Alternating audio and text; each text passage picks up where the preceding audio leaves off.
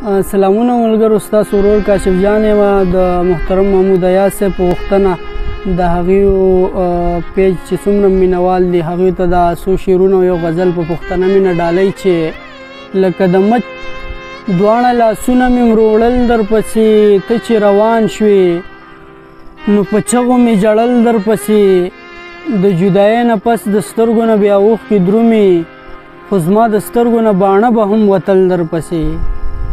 د جدایۍ نه پس د سترګو نه بیا اوښکې درومي، خو زما د سترګو نه باڼه به هم وتل درپسې.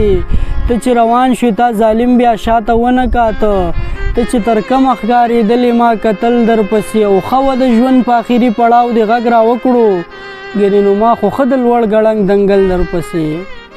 غزل دی چې د سترګو ایزي نم کله ښه کېږي، دا سړی په یوه دم کله ښه کېږي.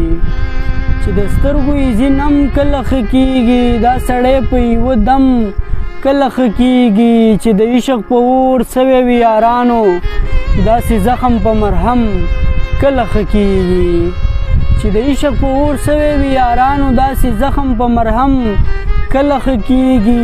د ګزار د زهریله چړې خوړلې، دا هېواد داسې یو دم کله ښه کېږي. دوکانداره د ژوندون ښکلا قلم ده، دوکانداره ژوند په بم کله ښه کېږي.